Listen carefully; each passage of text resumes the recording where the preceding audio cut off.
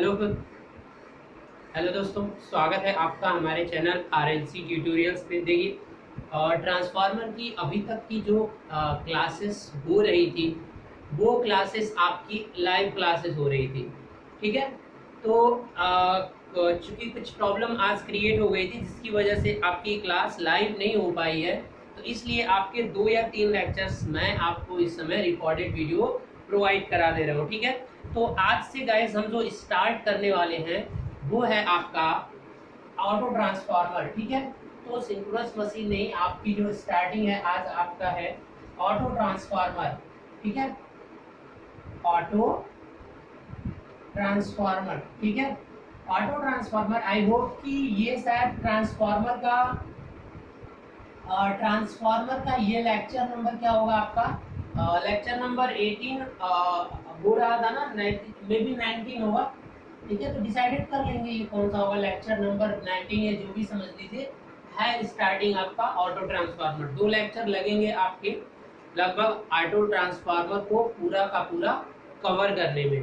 तो चलिए हम पहले यहाँ से स्टार्ट करते हैं कि ऑटो ट्रांसफार्मर होता क्या है और ये क्यों इतना हाईलाइटेड हुआ, क्यों इसकी इतनी ज़रूरत पड़ती है हमें पढ़ने के लिए। ठीक है, देखिए, जब आपके 2 वाइंडिंग ट्रांसफार्मर की बात की जाती है तो I am saying this one, this is your primary and एक ही कोर पर आपकी फिर सेकेंडरी को वाउंड किया जाता है। ये आपका कुछ इस तरह का प्रोसीजर होता है आपको 2 वाइंडिंग ट्रांसफार्मर में। यानी जो नॉर्मल ट्रांसफार्मर होता है आप उसे क्या कहते हैं, 2 वाइंडिंग ट्रांसफार्मर। ठीक है, तो 2 वाइंडिंग ट्रांसफार्मर तक तो ठीक है, इसके बारे में क्या क्या चीज़ें होती हैं सारी चीज़ें क्या हो चुकी हैं, कवर हो चुकी हैं। ठीक है, तो देखिए कुछ इन सम एप्लीकेशन एक्चुअली में क्या होता है कि अब इससे ऑटो ट्रांसफार्मर की ज़रूरत क्या पड़ी है। देखिए इन सम एप्लीकेशन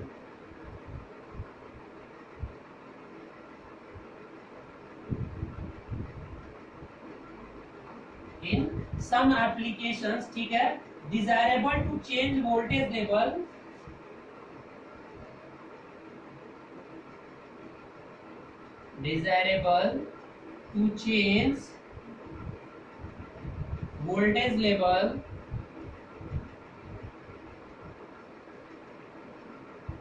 वेरी लो। ठीक है, वोल्टेज लेवल क्या होगा, small amount, voltage level small amount.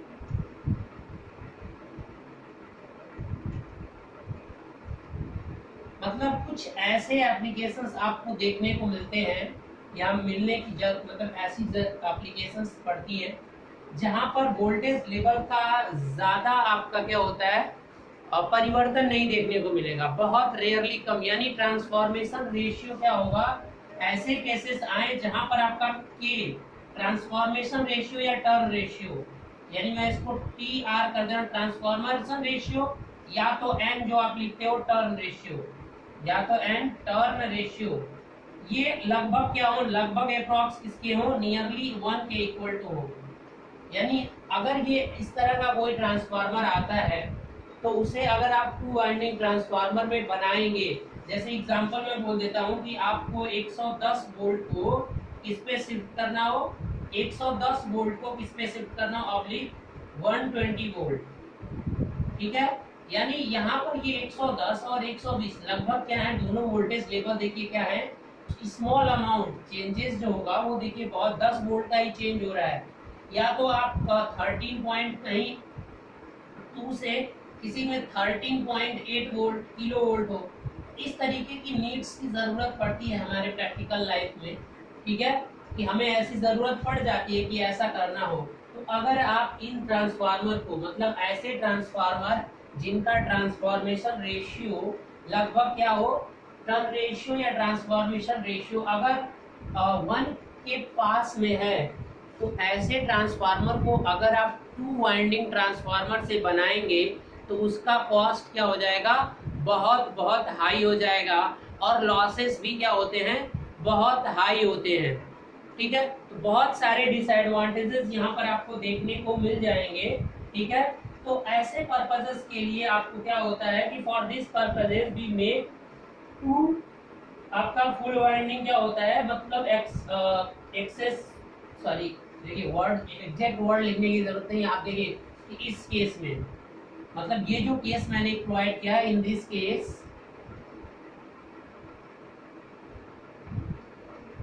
Case, two winding transformer, लिख लेना आगे, क्या होते हैं, कॉस्टली, क्या होते हैं वो, कॉस्टली होते हैं। तो इस वजह से इसको क्या करना होता है, आपको टू वाइंडिंग बनाने की जरूरत नहीं है। कॉस्टली क्यों होगा, due to more losses, due to more losses, ठीक है। अब दोनों साइड अगर वोल्टेज बहुत हाई पावर का बनाना हो, अब देखिए क्यों लॉसेस अधिक होगा, देखिए वैसे जनरली ट्रांसफार्मर में मैसेज जान लीजिए, जैसे अगर 11 किलो वोल्ट अगर ये कन्वर्ट कर रहा हो 132 किलो वोल्ट में, तो क्या होता है, तो इस साइड अगर बहुत रेटेड बहुत हाई हो, मान लीजिए कि ये ट्रांसफार्मर है, ये भी आपका 500 केवीए का है, 500 केवीए।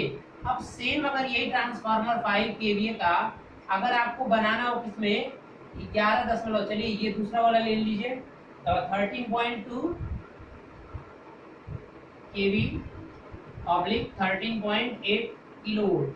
तो अब ये दोनों साइड, यानी अगर वोल्टेज रेटिंग और कम होगी तो दोनों साइड जो करंट की वैल्यू होगी वो लगभग क्या होगी, दोनों साइड I1 और इस साइड जो I2, दोनों साइड ये हाई होगा, और इसमें क्या हो जाएगा, इस साइड जो करंट होगी वो हाई होगी, इस साइड की जो करंट होगी वो लो होगी। तो ऐसे ट्रांसफार्मर जिनका इस तरह का रेशियो अगर देखने को मिलता है, तो बोथ साइड में करंट की वैल्यू क्या होगी, both side current will be high, both side current will be high.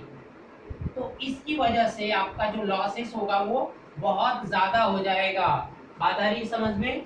इसलिए ऐसे ट्रांसफार्मर को टू वाइंडिंग ट्रांसफार्मर पे मैन्युफैक्चरिंग, मतलब जो नॉर्मल आपका ट्रांसफार्मर होता है उस तरीके से आप वाइंडिंग नहीं करेंगे। तो इसीलिए हम एक स्पेशल तरीके का एक स्पेशल अरेंजमेंट करेंगे, और वही होगा आपका ऑटो ट्रांसफार्मर।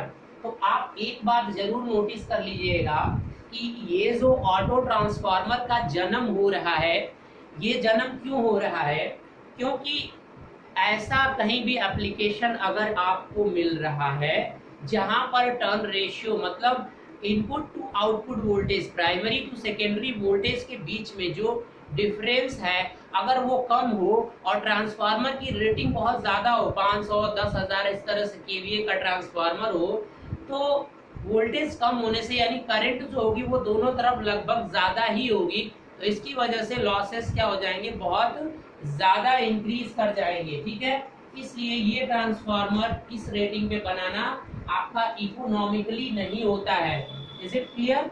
तो ऐसे एप्लीकेशन के लिए ही जन्म होता है आपका दूसरे ट्रांसफार्मर का, जिसका नाम है आपका ऑटो ट्रांसफार्मर। तो आप एक स्क्रीनशॉट ले लीजिए। सो अब यहाँ से आपको सजेशन किया जाता है कि use auto transformer, use auto, मैं एक्समर लिख दे रहा हूँ तो ऐसा समझ लेना, चाहे ट्रांसफार्मर किसी तरह से भी लिख दिया जाएगा, use auto transformer for this application. तो ऑटो ट्रांसफार्मर हमेशा वही यूज होता है जहां पर टर्न रेशियो लगभग 1 के इक्वल हो, मतलब 1 से ज्यादा ना हो, 1 के पास में हो। Is it clear. तो अब हमेशा इस बात को अपने माइंड में फिक्स कर लीजिएगा, ठीक है।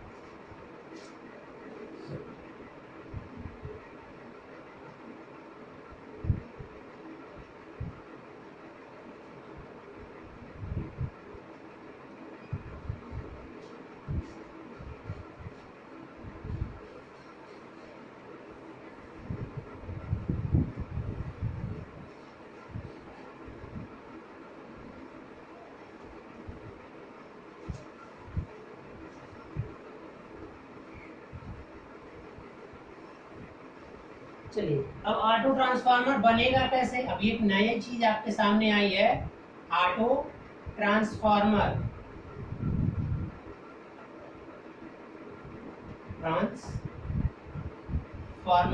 तो अब ये होता क्या है, इसमें एक वाइंडिंग को क्या किया जाता है, देखिए कुछ पॉइंट्स मैं लिख रहा हूं यहाँ पर कि वन वाइंडिंग क्या होती है, इसमें क्या किया जाता है इस ट्रांसफार्मर में, one winding will be common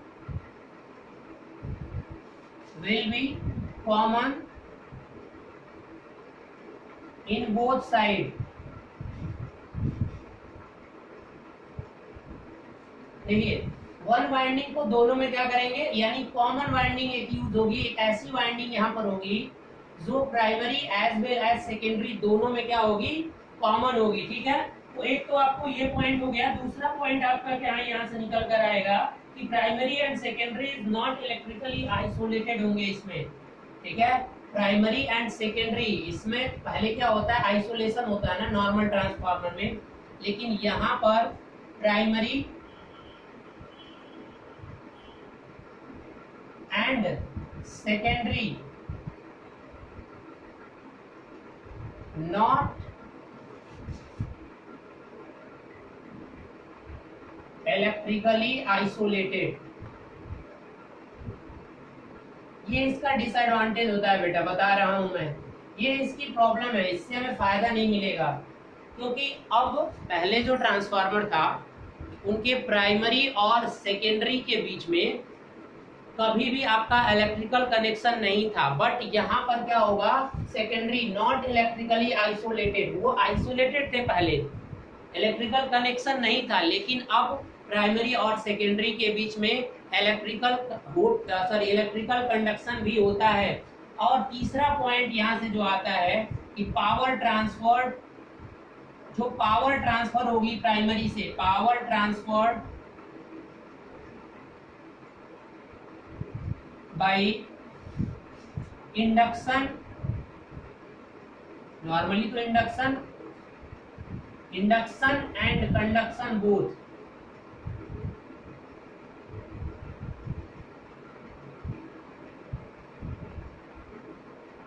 देखिए टू वाइंडिंग ट्रांसफार्मर में आपका पावर जो भी होती है वो आपका इंडक्शन पावर होती है, क्योंकि टोटल का टोटल इंडक्शन मैकेनिज्म होता है। तो यहाँ पर जो कॉमन वाइंडिंग होगी केवल उसी में क्या होगा, आपका ऐसा होगा, बाकी सेकेंडरी में नहीं होगा। ठीक है, तो ये कुछ चीजें हैं जो आपको ट्रांसफार्मर के बारे में जानना जरूरी है। यूजेस लेस कॉपर, ठीक है, यूजेस सबसे पहले ये क्या करता है कि uses less copper hence cheaper, सस्ता होता है ये। ठीक है, क्योंकि यहाँ पर कॉपर क्या होगा, लेस कॉपर की रिक्वायरमेंट होगी। ठीक है, अभी क्योंकि जब दोनों में कुछ वाइंडिंग कॉमन हो गई तो श्योर है कि इसका जो कंडक्टर की रिक्वायरमेंट है वो क्या हो जाएगी, कम हो जाएगी। और इसी वजह से तो हम इसे यूज कर रहे हैं कि कंडक्टर घट गया तो कॉपर लॉसेस क्या हो जाएगी, घट जाएगी। ठीक है, इसीलिए ऐसा कुछ स्पेशल टाइप का अरेंजमेंट किया जाता है। तो चलिए अब ये क्या हो सकते हैं, दो टाइप के हो सकते हैं। देखिए अब इसको मैं बना रहा हूँ, पहले स्टेप डाउन या स्टेप अप। पहले मैं स्टेप डाउन बना रहा हूँ। देखिए क्या होता है कि एक सीरीज, पहले जो कॉमन वाइंडिंग होगी उसको कुछ इस तरीके से बना दे रहा हूँ। ये जो है आपकी कॉमन वाइंडिंग है, इसमें जो टर्न है वो NC लिख दे रहा हूँ। ये जो है आपका, ये कॉमन वाइंडिंग है। ये क्या है, कॉमन वाइंडिंग। मैंने बताया था ना एक कॉमन वाइंडिंग होगी, ये कॉमन वाइंडिंग है। अब स्टेप डाउन बनाना है, मतलब आउटपुट आपकी कम होनी है, तो इस कॉमन वाइंडिंग के क्रॉस आउटपुट ले लीजिए। और ये इनपुट साइड भी कॉमन का मतलब इनपुट और आउटपुट दोनों में क्या होगा, कॉमन होगा। तो अब देखिए ये जो होगा आपका, यहाँ से जो वोल्टेज अप्लाई करोगे इसका मैं नाम दे दे रहा हूँ। वैसे आप V1 V2 भी कर सकते हो, लेकिन मैं थोड़ा नाम यहाँ पर बदल रहा हूँ। और चूंकि इधर ज्यादा वोल्टेज होगा इधर कम होगा, क्योंकि ये कौन सा है, step down auto transformer. Step down auto transformer. देखिए अब कनेक्शन क्या होगा कि इसकी पोलैरिटी कुछ इस तरीके से यहाँ होगी और ये यहाँ। ठीक है, तो इसके बीच का जो वोल्टेज जनरेट होगा उसको मैंने नाम दे दिया VC। और इसका जो इसमें नंबर ऑफ, ये चूंकि सीरीज कॉइल है, कॉमन वाइंडिंग से हमेशा सीरीज में जुड़ी हुई एक और वाइंडिंग होती है जिसको सीरीज, और ये SC जो लिख रहे हैं ये number of turn in series coil. अब यहाँ से जो वोल्टेज है उसको मैं लिख दे रहा हूँ, ये वोल्टेज हायर साइड यानी VH, और यहाँ पर जो वोल्टेज आएगा वो क्या आएगा, V lower side. It's clear. आप प्राइमरी सेकेंडरी लिखना है तो लिख लीजिए, क्योंकि मैं इसलिए बना रहा हूँ क्योंकि स्टेप और स्टेप डाउन में कोई डिफरेंट ना है, इसको बस सर्किट को रिप्रेजेंट करके आप देख लीजिए। तो यहाँ पर जो वोल्टेज जनरेट होगा वो होगा आपका VSE, ठीक है। अब यहाँ पर जो करंट जाएगी वो होगी आपकी I हायर, यानी हाई वोल्टेज साइड पे I हायर, ठीक है, IH कर दे रहा हूं मैं। और इधर जो करंट आपकी जाएगी वो होगी I लोअर। अब ये मत कहना कि सर इसमें इस साइड है तो ये हाई लोअर, नहीं, मैं साइड की बात कर रहा हूँ। अगर ये लोअर साइड है तो मैंने करंट को भी लोअर साइड पे, मतलब लोअर साइड पे करंट। IL का मतलब ये नहीं है कि ये लोअर करंट है, लोअर साइड का करंट है। अब IL इससे ज्यादा भी हो सकता है, that is a different case. ये मत यहाँ पे समझना कि मैंने V क्या कर दिया, लोअर साइड लिखा है, यहाँ पर हायर साइड लिखा है, तो ये करंट हायर साइड की करंट है, बस इतना समझना। ये हायर साइड का वोल्टेज, हायर साइड का करंट, हायर साइड का सॉरी लोअर साइड का वोल्टेज, लोअर साइड का करंट, और यहाँ से जो करंट जाएगी और ये जो करंट इसमें आएगी वो क्या होगी, ISE, ठीक है। तो यहाँ पर अगर करंट इधर आ रही है तो यहाँ से जो करंट किसमें जाएगी, यहाँ से देखिए ये लो करंट होगी तो ऑटोमेटिकली इसमें जो करंट होगा उसकी डायरेक्शन हमेशा इस साइड रहेगी। ये थोड़ा सा याद रखिएगा।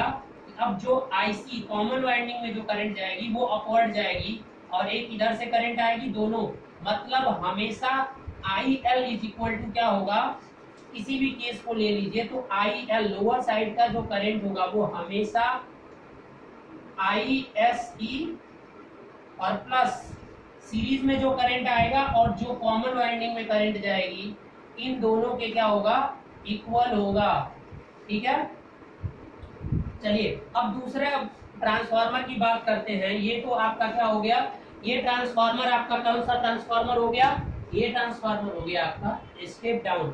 अब हम स्टेप अप की बात करते हैं, तो आ जाइए स्टेप अप में बस इसको अपोजिट कर दीजिए, इधर से इनपुट दीजिए, इधर से आउटपुट ले लीजिए।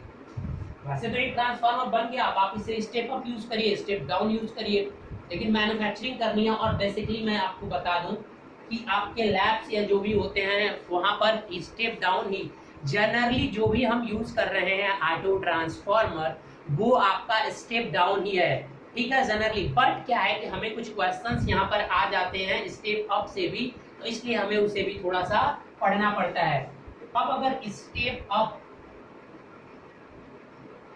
अप ऑटो ट्रांसफार्मर, अगर ऑटो ट्रांसफार्मर की बात हम करते हैं स्टेप अप, तो क्या हो जाएगा, बस अब क्या करें, देखिए इसमें भी सेम वो सीरीज कॉइल तो होगी ही बेटा, और एक कॉमन वाइंडिंग होगी ही दोनों में, लेकिन अब आउटपुट ऐसे जाएगा, यानी हायर साइड, और आप इनपुट क्या करोगे, इधर से प्रोवाइड कराओगे।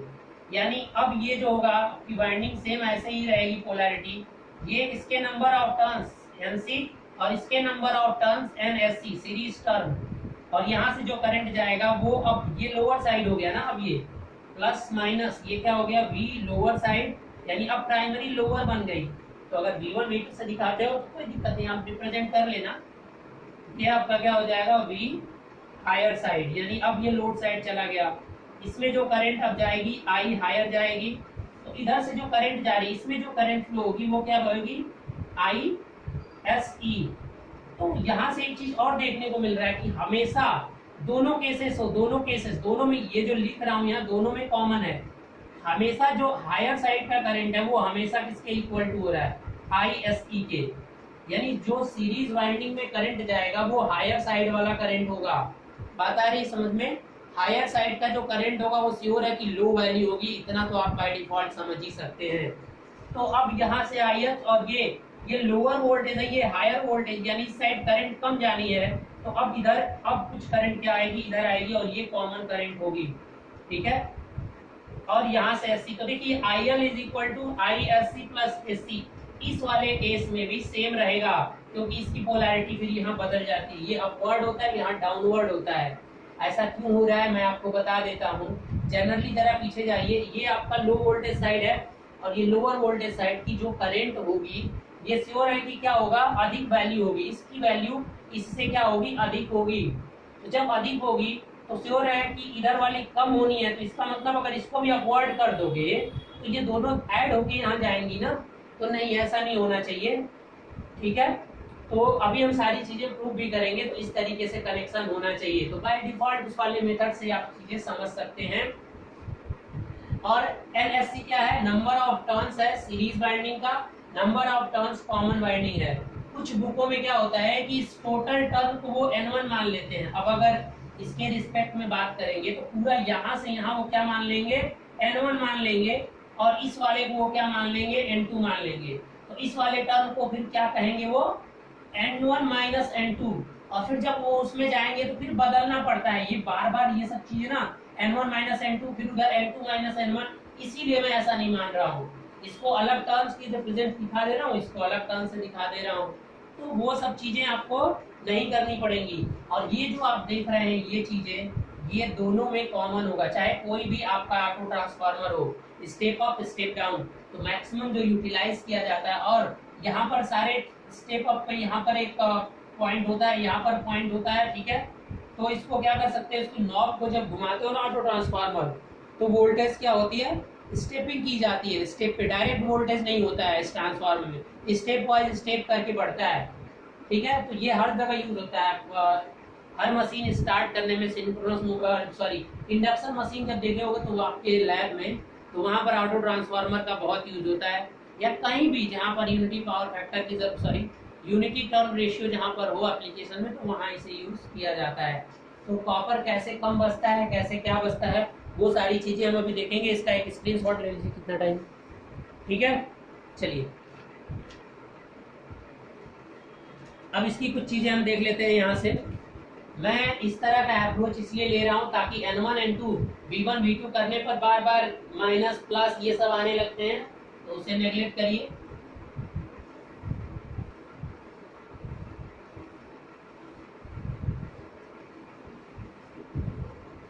चलिए अब एक सर्किट मैं इधर साइड में बना देता हूँ, क्योंकि बार बार मुझे उसकी जरूरत पड़ेगी, उसमें सारी चीजों को दिखाना पड़ेगा।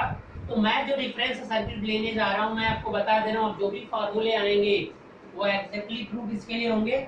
स्टेप डाउन, मैं जो रेफरेंस लेने जा रहा हूँ वो लेने जा रहा हूँ स्टेप डाउन के लिए। तो एक बार मैं स्टेप डाउन की सर्किट यहाँ पर बना देता हूँ फिर से, क्योंकि मुझे बार बार पड़ेगी, इसे मैं मिटाऊंगा नहीं, सारे फार्मूलों को करा दे रहा हूँ इसी के साथ। स्टेप डाउन मतलब स्टेप डाउन करना है।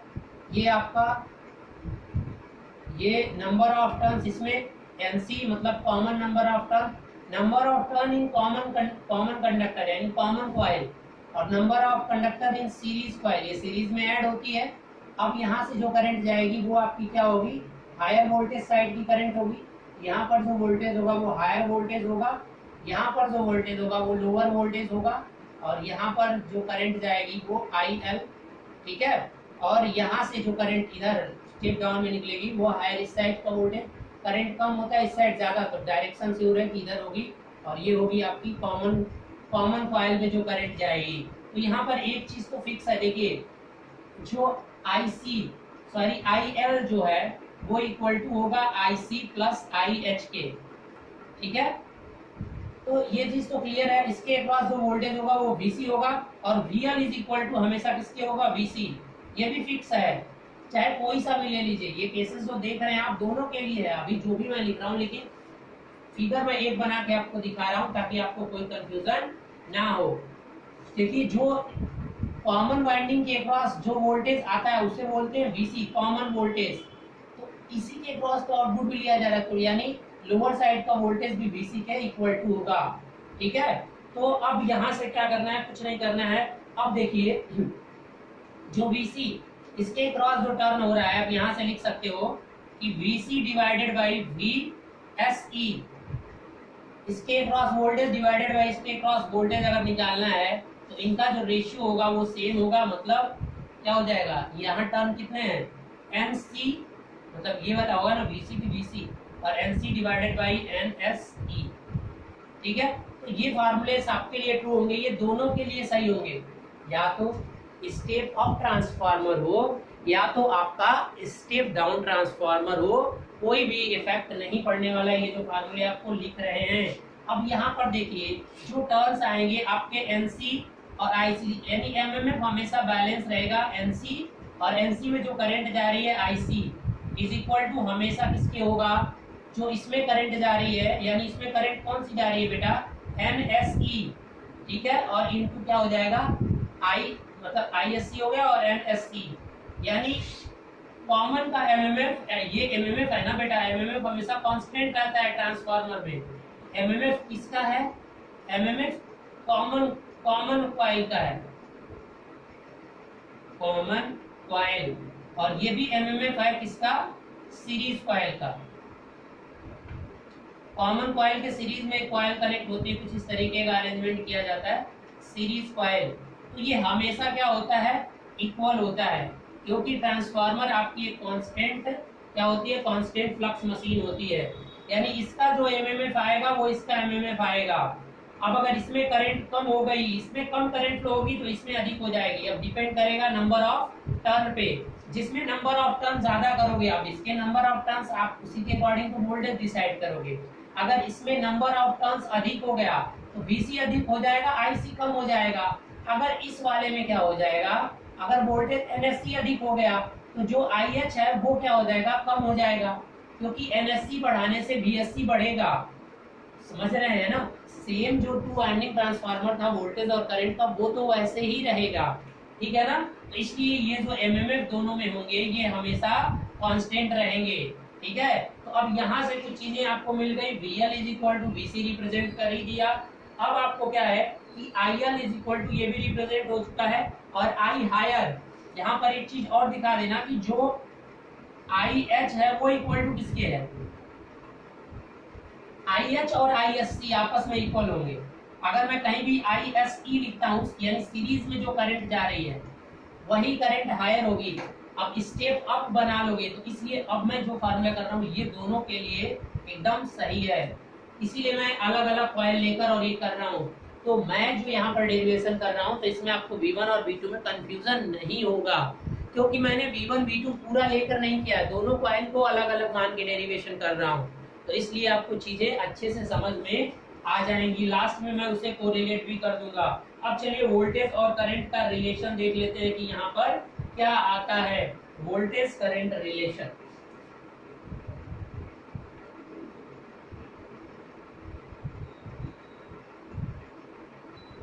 वोल्टेज करंट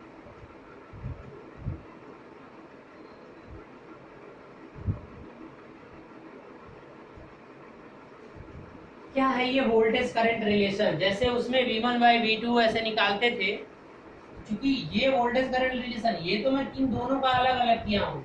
मेरा रिलेशन क्या है, इनपुट और आउटपुट का ये है ना, VL और VH के बीच में ड्रॉ करना है। तो VL और VH के बीच में ड्रॉ करना है तो एक बार KVL एक बार KCL लगा दीजिए।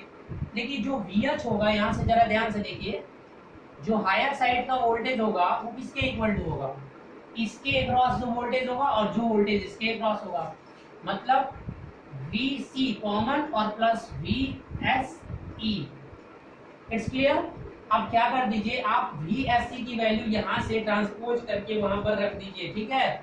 VC को ऐसे ही रहने दीजिए और VSC की जगह देखिए जरा, यहाँ से इसको इधर भेजिए और इसको इधर और इसको इधर, मतलब क्या हो जाएगा, VC इंटू ट्रांसपोजिशन आता है कि नहीं, इसको आप इक्वेशन 1 मान लीजिए और यहाँ से VSE की वैल्यू ट्रांसपोज करके यहाँ पर पुट कर दीजिए। तो VSE इज इक्वल टू, ये इधर जाएगा ये इधर, मतलब VC NSC by MC, N series divided by number of turns in common winding, ठीक है। यहाँ से देखिए आपको VC क्या हो जाएगा, कॉमन हो जाएगा, तो क्या बचेगा 1 plus number of series conductors divided by NC। It's clear. अब ये VC को इधर भेज दीजिए तो VH, और चूंकि जानते हो VC जो है वो इक्वल टू यहाँ VL के है, यहाँ मैं ऐसे भी लिख सकता हूँ कि VL भी लिख सकता हूँ, कंफ्यूज मत होना, because VC is equal to VL। तो अब यहाँ से क्या हो जाएगा 1 plus NSE series divided by N common. तो बेसिकली ये हो गया आपका वोल्टेज का रिलेशन नंबर ऑफ टर्न के फॉर्म में। अब देखिए कहीं कहीं अगर इसे V1 V2 के फॉर्म में लोग रिप्रेजेंट करते हैं तो हायर साइड वाला वोल्टेज कुल मिला के मेरा प्राइमरी है, ये प्राइमरी 2 है। अब मैं आपके बुक से कोरिलेट कर रहा हूँ, मैं यहाँ पर कोई कंफ्यूजन नहीं चाहता था इसलिए मैंने ऐसे किया। अब VH आपका क्या है, वो आपका V1 है प्राइमरी वोल्टेज, VL क्या है आपका, अगर इस ट्रांसफार्मर की, ये तो सारे ट्रांसफार्मर के लिए कॉमन है। अब आप अगर स्टेप डाउन और स्टेप अप लिखते हो तो वहां पर यही कंफ्यूजन हो जाता है, इसीलिए अब चेंजेज हो जाएगा। तो देखिए NSE डिवाइडेड बाई NC लिखना है, यानी 1 तो रहने दीजिए, या इसको थोड़ा सा ऐसे कर दीजिए ना, यहाँ से इसको भेज दीजिए, ये हो जाएगा NC plus NSE divided by क्या हो जाएगा NC। NC प्लस NSE, ये और ये दोनों टर्म मिलकर क्या हो जाएंगे, इसी को N2 माना जाता है आपके साइड में, और इसको क्या मान लिया जाता है, इसको N2 माना जाता है, और इसको क्या, इसको और इसको मिलाकर N1 माना जाता है। ये पूरा का पूरा N1 होता है। इसीलिए यहाँ पर थोड़ा सा दिक्कत हो जाता है कि केवल K2 के फॉर्म में आप लिखना चाहते हो, तो कुल मिलाकर यहाँ से क्या है NSC और प्लस NSC, इसका और इसका, यानी ये क्या आया है, ये आपका क्या है, ये टोटल N1 बन जाता है, और जो NC है ये आपका N2 हो जाता है। तो इस तरीके से V1 बाई V2 आप कर देते हो तो आपको ये चीजें मिल जाती है। स्टेप डाउन के लिए, स्टेप अप के लिए भी सेम यही चीज मिल जाएगी। तो है वही चीज, बट थोड़ा सा चेंजेस करने से, क्योंकि आगे बहुत कंफ्यूज होते हो आप और चीजों में, इसलिए मुझे ऐसा करना पड़ रहा है। ये सेम है दोनों के लिए। अब देखिए मैंने इससे ये चीज आपको बता दिया ना बेटा, इसको प्राइमरी में ये दोनों ऐड है, तो आप ऐसे निकाल लेना, ठीक है। अब ऐसे ही स्टेप अप के लिए भी निकाल लेना। अगर स्टेप अप की बात करोगे तो उस समय VH क्या हो जाएगा, उस समय जो VH होगा वो आपका हायर वोल्टेज किधर होगा, हायर वोल्टेज सेकेंडरी पे होगा ना स्टेप अप। तो अब ये V2 बाई V1 करके कुछ इस तरीके का कॉन्सेप्ट आ जाएगा, चीजें थोड़ी सी बदल जाएंगी। चलिए अब हम करंट का रिलेशन निकालते हैं। देखिए करंट का रिलेशन ये पता है ना आपको, IL is equal to IC plus IH,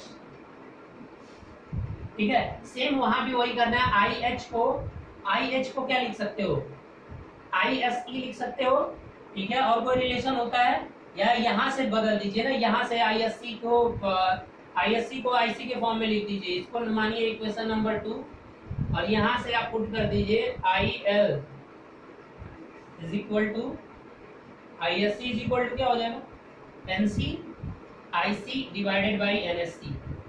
IC को तो ऐसे ही रहने दीजिए, ठीक है, प्लस देखिए मैं प्रूव कर रहा हूँ, आएगा तो वही रिलेशन जो प्राइमरी में होता था, V2 by V1 is equal to N2 by N1, just वही चीजें हैं, ठीक है। अब यहाँ पर क्या हो जाएगा NC IC, तो यहाँ पर IC और ये आपका IH की वैल्यू, यहाँ से IH की जगह ISC लिख सकते हो पहली बात, और जब लिख सकते हो तो फिर प्लस ISC की जगह क्या हो जाएगा NC IC डिवाइडेड बाई यहाँ से NSE। तो अब IC को तो कॉमन कर दीजिए, तो IL बाई IC जो है वो आपकी क्या हो जाएगी, IC जो है ये आप लिख दीजिए इधर IC कॉमन वाइंडिंग, और इज इक्वल टू क्या हो जाएगा, ठीक है। यहाँ IC को लेना चाहिए था ना, क्योंकि आपको IC का नहीं चाहिए था ना, आपको IC के फॉर्म में थोड़ी नहीं चाहिए, करंट आपको इनपुट आउटपुट रिलेशनशिप चाहिए, IL और IH के बीच में चाहिए। तो एक काम करिए, देखो friend, IL is equal to क्या हो जाएगा IC प्लस IH की जगह ISC हो गया। मैं यहाँ कुछ कर नहीं रहा हूँ, बस नेटवर्क है, नेटवर्क का यूज कर रहा हूँ, वोल्टेज ये करंट वो करंट, ठीक है, और कुछ नहीं हो रहा, कोई नया रूल नहीं है। अब यहाँ पर क्या हो जाएगा IC को बदलना होगा, क्योंकि ये तो चाहिए आपको, I हायर कर दीजिए, I हायर ISC लिख सकते हो, और फिर ISC को यहाँ हायर सीधे वैल्यू पुट कर देते हैं यार। चलो ISC की वैल्यू सीधे IC की वैल्यू यहाँ से पुट करिए, ISC की जगह क्या हो जाएगा IC की जगह हो जाएगा ISE NSE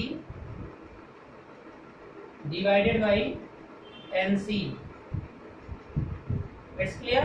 और प्लस IH की जगह IH ही रहने दीजिए, इसको IH भी लिख सकते हो, ये IL और IH कॉमन उसको इधर कर दीजिए, यानी हायर साइड का करंट डिवाइडेड बाई क्या हो जाएगा NSE series divided by NC common plus 1। कुल मिलाकर ये भी जब करोगे तो वैसे ही आएगा कि अगर निकालोगे यहाँ पर केस में, तो इसको मैं बता दूं, इस केस में निकालोगे तो V2 by V1 sorry I2/I1 is equal to क्या आएगा, N1/N2। ठीक है, कुल मिलाकर ये समझ में आ गया आपको। अगर इस फॉर्म में दिखाते हो, अगर आपका देखिए मैं यहाँ पर बता दे रहा हूँ, अगर ये V2 आपने माना है और इसको क्या मान लिया, V1 मान लिया, और ये तब पूरा टर्न जो यहाँ से यहाँ तक जो टर्न है वो टोटल बनता है। ये आप स्क्रीनशॉट ले चुके हो ना, मैं इसमें थोड़ा सा आपको मॉडिफिकेशन दिखाता हूँ। ये पूरा का पूरा N1 माना जाता है और ये पूरा का पूरा उस समय क्या माना जाता है, N2 माना जाता है। तो जब इस तरीके से दिखाओगे तो सेम वही चीजें आती हैं जो जनरली ट्रांसफार्मर के लिए आती हैं। लेकिन प्रूफ करना जरूरी था कि हम जब इस तरह की चीजें कर रहे हैं तो क्या ये वो चीजें फॉलो कर रहा है। हाँ भाई, फॉलो कर रहा है, कोई प्रॉब्लम नहीं है। लेकिन यही सब ट्रांसफार्मर आप अलग कर दोगे तो फिर स्टेप अप, तो वहां पर ये फार्मूले ये तो सेम रहेंगे, लेकिन कंडक्शन और इंडक्शन वाली चीजें बदल जाती हैं। इसीलिए मैं इसको आपको एक साथ करने को नहीं कर रहा हूँ, अदरवाइज आप कर सकते हो, कोई प्रॉब्लम नहीं है। कुल मिलाकर सिंपल सा यही आया कि V2/V1 जो जनरली ट्रांसफार्मर में होता था सेम यहाँ भी वही होगा। It's clear. तो चलिए हम सीरीज और कॉमन वाइंडिंग लेकर चल रहे हैं, यानी हमने इसको अलग अलग करके चले हैं, तो आप अपने ही प्रोसीजर पे मैं चल रहा हूँ, आप जैसे कर लीजिए। अब हम पावर की बात करते हैं, ठीक है।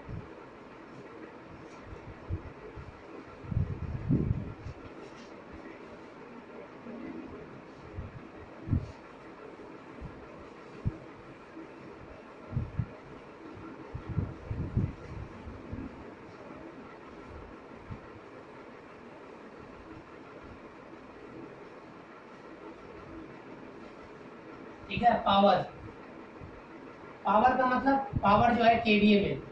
देखिए जो आपका P इनपुट होगा, अगर केवीए पावर की बात करें तो आपका क्या होगा, VL IL। ठीक है, कौन सा ट्रांसफार्मर, इसके बारे में बात कर रहा हूँ। स्टेप अप या स्टेप डाउन कोई सब ले लीजिए, ये किसके रेफरेंस में आपका हो रहा है, टेकिंग आप कर लीजिए। इनपुट अगर VL IL है तो लोअर वोल्टेज, यानी ये स्टेप अप के लिए हो रहा है। ठीक है, यानी अब यहाँ पर जो भी चीजें हो रही हैं वो किसके लिए हो रही है, स्टेप अप। तो जो आउटपुट पावर आएगा वो आउटपुट P आउट क्या आएगा, VH IH। ठीक है, तो अब इसके बाद से आपका क्या हो जाएगा, पावर आपकी क्या हो रही है, एपरिएंट पावर की बात कर रहे हैं हम, तो एपरिएंट पावर आपकी 3 हो गई। और इनपुट और आउटपुट हमेशा क्या होता है, सेम होता है, यानी S P न लिखिएगा, S लिखिए आप, क्योंकि ये पावर तो है नहीं ना, एपरिएंट पावर है। तो S इनपुट हमेशा S आउटपुट के इक्वल होगा, और ये इक्वल टू होगा रेटिंग ऑफ ऑटो ट्रांसफार्मर की। ऑटो ट्रांसफार्मर, ये चीज आप याद रखिएगा हमेशा, ये कभी बदलेगा नहीं, क्योंकि कांस्टेंट पावर मशीन होती है, आपने पहले भी ट्रांसफार्मर कर रखा है। तो चलिए अब इसी को प्रूफ करना है बस, और कुछ नहीं करना है। तो चलिए अब कॉमन वाइंडिंग, जो apparent power in transformer winding,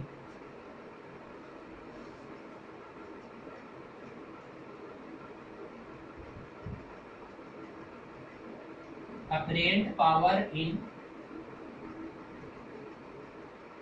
मैं जो रेफरेंस लेके चला हूं उसके अनुसार प्रूफ कर रहा हूं। मैं इसको SW मान रहा हूं, या ये SC कर दीजिए। SC मतलब कॉमन वाइंडिंग में जो करंट आपका एपरिएंट पावर होगा क्या आ जाएगा, जो कॉमन का वोल्टेज होगा और जो कॉमन का करंट होगा।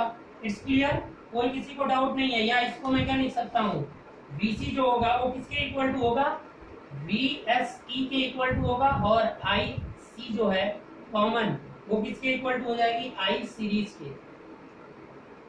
ठीक है, चलिए अब थोड़ा सा इसे आगे बढ़ाते हैं।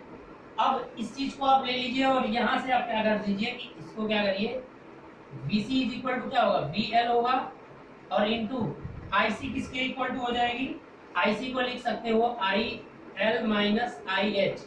सब कुछ पीछे लिख रखा हूँ, आप पीछे से एक बार देख लेना अगर समझ में नहीं आ रहा है। तो फाइनली जो इसका रिजल्ट आएगा, मैं रिजल्ट आपको इसको मल्टीप्लाई कर लीजिए, एक 2 लाइन स्टेप, मतलब इसको मैं टोटली सॉल्व कर दे रहा हूँ फाइनली। तो यहाँ से जो आएगा VLIL, ये स्टेप अप के लिए कर रहा हूँ मैं, ठीक है, स्टेप डाउन के लिए आप कर लेना, तो किसी को रेफरेंस लेकर करना होता है। तो अब यहाँ क्या आ जाएगा आपका, VLIL आपका कॉमन हो जाएगा, और यहाँ से बचेगा आपका केवल, मैं पूरा का पूरा आपको प्रूव करके दे देता हूँ, ठीक है। तो ठीक है, VLIL, और यहाँ पर जो बचेगा आपका NSE सीरीज वाइंडिंग का, ठीक है, और उसके बाद आपका LSE प्लस एन सी। अब मैं आपके फार्मूले में कन्वर्ट कर देता हूँ, क्योंकि मैं ये रेफरेंस लिया था तो V1 V2 वाले से कर लीजिए, थोड़ा आसान हो जाएगा। देखो V1 V2 करने से जो फाइनल कंक्लूजन वो आसान हो जाता है, लेकिन मिडिल वाला जो डेरिवेशन था वो डिफिकल्ट हो जाता है थोड़ा सा, तो इसीलिए मैंने ऐसा रेफरेंस लिया था। अब इसको ये VL IL ये क्या है, ये इनपुट साइड पावर है, ये वही ऑटो ट्रांसफार्मर की रेटिंग है। तो अब S वाइंडिंग जो नॉर्मल वाइंडिंग में आपकी जो फ्लो होगी, S कॉमन वाइंडिंग और डिवाइडेड बाय, इसको इधर लीजिए, यस क्या है, ये ऑटो ट्रांसफार्मर की रेटिंग हो गई। VL IL ऑटो ट्रांसफार्मर की रेटिंग हो जाएगी ना, क्योंकि VL IL इनपुट और वो आउटपुट और वही रेटिंग के इक्वल टू होगा, और ये क्या हो जाएगा आपका NSE डिवाइडेड बाई NSE और प्लस NC। अब अगर ये फार्मूला याद है आपको, तो आप अब स्टेप अप या स्टेप डाउन हो, दोनों में से किसी का भी, ये फार्मूला यहाँ तक सबके लिए सेम है, यहाँ स्टेप अप लिखो या स्टेप डाउन। अब देखिए मैं दोनों के लिए आपको अलग अलग कर दे रहा हूँ, डेटा प्रोवाइड करा देता हूँ। तो अब यहाँ से आप थोड़ा सा इसे पहले अपोजिट करके लिख लीजिए कि S auto divided by rating of common winding, ये इक्वल टू किसके हो जाएगा, ये ऊपर चला जाएगा, NSE plus NC divided by क्या है, NSE। ये जेन्युइन फार्मूला आपने फाइंड कर लिया। अब आप अपने ट्रांसफार्मर को बनाइएगा। देखिए मैं क्यों ऐसा कह रहा हूँ, मैंने कभी इस ट्रांसफार्मर को इस तरीके से देखा ही नहीं। जब भी क्वेश्चंस आए हैं, न्यूमेरिकल्स आए हैं, तो हमेशा बस नेटवर्क लगा देने से, कितनी करंट किधर जा रही है, कितनी वोल्टेज किधर जा रही है, उतने से ही सारी चीजें, लगभग सारी चीजें टू वाइंडिंग ट्रांसफार्मर की तरह ही होगा, बस एक वाइंडिंग को कॉमन बना दिया जाता है, तो थोड़ी सी स्ट्रेटजी चेंज होती है। लेकिन हमने प्रूव भी कर दिया कि सब कुछ वैसे का वैसे ही रह रहा है, ठीक है। तो यहाँ पर मान लीजिए कि अब आप अगर ये जो पावर है, ये पावर कौन सा है, जो कॉमन वाइंडिंग का पावर है, ये कौन सा एप्रिएंट पावर होगा, ये इंड्यूस्ड पावर होगी। ये पावर ट्रांसफर्ड बाई, ये पावर कौन सी है, transferred by induction.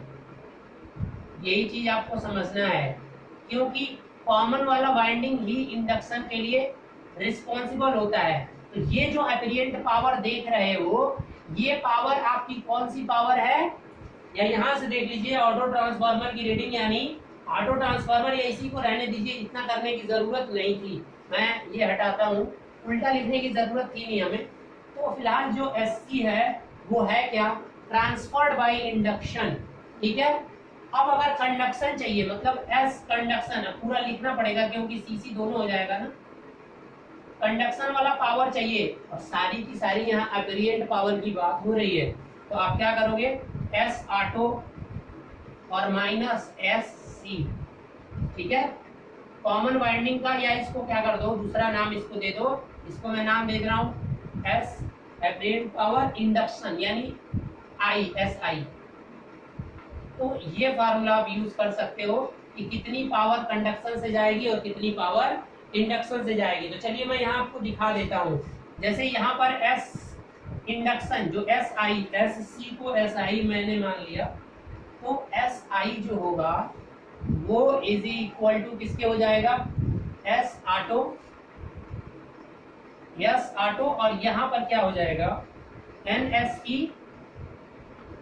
NSE divided by NSE plus NC। यानी ये जो NSC है, इसकी आपको वैल्यू लिखनी है। तो अब इसे अगर T1 T2 के फॉर्म में करना हो, अब यहीं से लोग स्टूडेंट थोड़े कंफ्यूज हो जाते हैं। अब मैं आपको धीरे से यहाँ फार्मूला दे रहा हूँ, दोनों ट्रांसफार्मर के लिए डायरेक्ट फार्मूला प्रोवाइड करा दे रहा हूँ, ताकि आप कंफ्यूज मत होइएगा। टाइम थोड़ा बचा है, 3 मिनट ही बचे हैं, तो शायद ये वीडियो कंप्लीट हो पाए या ना हो पाए, लेकिन देखते हैं। चलिए अब मैं इसी को थोड़ा सा आपको इस फॉर्म में प्रोवाइड, क्या किसको लेना है, स्टेप। अब मैं स्टेप डाउन की बात कर रहा हूँ स्पेशली, जरा देखिएगा। स्टेप डाउन का मतलब क्या हो गया, कुछ इस तरीके का कनेक्शन होगा, ये यहाँ से इस तरीके का होगा, यही है आपका NSC और ये है आपका NC। अब मैं इसको V2 V1 से रिप्रेजेंट कर रहा हूँ, क्योंकि आपको एक नया फार्मूला देने की कोशिश कर रहा हूँ। तो ये आपका क्या हो जाएगा, NC। तो अब यहाँ से जो ये पूरे टर्म्स है, इसको मैंने मान लिया N1 और अब ये टर्न आपके लिए क्या हो जाएगा, N2। तो यहाँ पर ये लिख सकते हैं कि V2/V1 is equal to N2/N1। अब इस यहाँ पर जो मैंने ये नया नोटिफिकेशन दिखाया है, ध्यान रखिएगा, N2/N1, ठीक है, ये तो किसी के लिए भी होगा, नो नीड टू वरी। जो फार्मूला आया है कि कितना पावर इंडक्शन से जाएगा, इंडक्शन वाला पावर, वो जो ट्रांसफार्मर की रेटिंग आएगी, ऑटो ट्रांसफार्मर की रेटिंग, यानी टोटल रेटिंग, मतलब टोटल पावर है ये, और मल्टीप्लाई एनएससी। एनएससी को क्या लिख सकते हो बेटा, एनएससी क्या लिख सकते हैं, N1 minus N2, N1 minus N2 लिख सकते हैं, नहीं लिख सकते हैं, देखो जरा ध्यान से, इतना का मतलब टोटल माइनस ये वाला वाइंडिंग हटा दीजिए, और ये जो एनएससी प्लस एनसी है, एनएससी प्लस एनसी, ये किसके इक्वल टू है, N1 के इक्वल टू है, ऑब्वियसली दोनों इक्वल टू है ना, तो सेम मतलब दोनों को कर दीजिए, यानी एस ऑटो मल्टीप्लाई N1/N1, ये क्या हो जाएगा 1, और N2/N1 इसको मान लीजिए के, और के जो आया हुआ है यहाँ पर जो के है वो क्या है बेटा, V2/V1, यानी ये हमेशा यहाँ जो के आएगा वो लेस देन 1 ही आना है। तो इसलिए जो इंडक्शन से पावर ट्रांसफर होगी सेकेंडरी साइड, वो टोटल ऑटो ट्रांसफार्मर की रेटिंग का कितना टाइम्स हो जाएगा, 1 माइनस के टाइम्स हो जाएगा। अब अगर कंडक्शन का निकालना है तो क्या कर दीजिए, कंडक्शन निकालना है तो यानी एस सी, तो क्या करना पड़ेगा, मैंने आपसे बताया था कि एस ऑटो में से आप क्या कर देंगे, एस आई को घटा देंगे। मैं यहाँ घटा के लिख दूं तो देखिए एस कंडक्शन ऐसे लिख दीजिए ना, एस और बाई कंडक्शन कर दीजिए, बाई कंडक्शन, तो इज इक्वल टू ऑटो, और इसकी वैल्यू यहाँ पर ले आके रखिए ना एस आई की, तो क्या हो जाएगा, ऑटो कॉमन हो जाएगा, एस ऑटो मतलब ऑटो की जो रेटिंग है वो कॉमन हो जाएगी, यहाँ 1 बचेगा, और माइनस, ध्यान से देखिए ये 1 माइनस के है तो -1 प्लस के बन जाएगा, -1 प्लस के बन जाएगा, फिर -1 से माइनस खत्म, तो एस बाई कंडक्शन ये कितना हो जाएगा,